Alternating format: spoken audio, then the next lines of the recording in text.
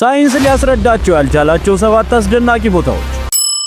ቤርሙዳ ትሪያንግል። ያገኘውን ሁሉ ወዴት እንደሚሰውር እስካሁን ያልታወቀው ቤርሙዳ የሳይንቲስቶች ራስ ምታት ነው። ብዙዎች ማግኔታዊ ስበትን ምክንያት አድርገው ቢወቅሱም ማንም ግን ቤርሙዳ የበላቸውን መርከቦችና አውሮፕላኖች መዳረሻ ማረጋገጥ አልቻለም። ዴቪልስ ኬትል። ይህ አስገራሚ ዋሻ ወደ ውስጡ የሚፈሰውን ወንዝ ወዴት እንደሚያደርሰው አልታወቀም። ተመራማሪዎች ወንዙን መጨረሻ ለማወቅ የአቅጣጫ ጠቋሚ ጂፒኤስ እስከ መጠቀም ቢደርሱም የዚህ ሁሉ ውሃ መዳረሻ ግን ሊገኝ አልቻለም። የሄስዳለን ብርሃን። ሄስዳለን በምትባለው የኖርዌይ ከተማ ከ100 ዓመታት በላይ በሰማይ ላይ አስደናቂ ብርሃን ይታያል። ይህ ብርሃን የሚይዘውን የቀለም አይነትና የሚጓዝበትን አቅጣጫ በየጊዜው የሚቀያየር ሲሆን የብርሃኑ ምንጭ ግን ማንም በእርግጠኝነት መናገር አልቻለም። ተንቀሳቃሾቹ ድንጋዮች። በአሜሪካው የሞት ሸለቆ በረሃ ማንም ሳይነካቸው በራሳቸው የሚንቀሳቀሱ ድንጋዮች ይገኛሉ። አንዳንዶቹ ድንጋዮች እስከ 272 ኪሎ ግራም የሚመዝኑ ሲሆን የሚጓዙበት ፍጥነትና አቅጣጫ መቀየር ማንም ሊፈታው ያልቻለው እንቆቅልሽ አድርጓቸዋል።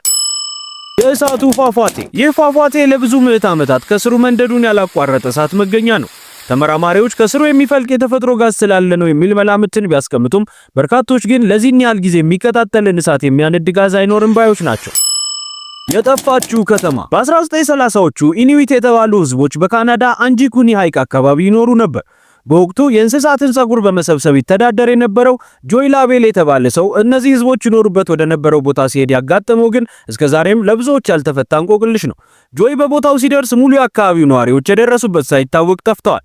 ነገሩን የበለጠ አስደንጋጭ የሚያደርገው ደግሞ ምግብ የሰሩባቸውን ድስቶች እንኳን ከምድጃው ሳያወርዱ የተሰወሩ መኖራቸው ነው። የጸጥታው ቦታ። በሜክሲኮ የኢሪ በረሃ የሜክሲኮ ቤርሙዳ እየተባለ የሚጠራ ቦታ አለ። እዚህ ቦታ ላይ ታዲያ ምንም አይነት የስልክም ሆነ የራዲዮ ሲግናል መስራት የማይችል ሲሆን የኤሌክትሪክ የሚሰሩ ነገሮች በሙሉ እዚህ ሲደርሱ መስራታቸውን ያቆማል። እዚህም ሰበቡ ማግኔታዊ ስበት ነው ቢባልም ማንም ለዚህ ማስረጃ አቅርቦ ሊከራከር አልቻለም።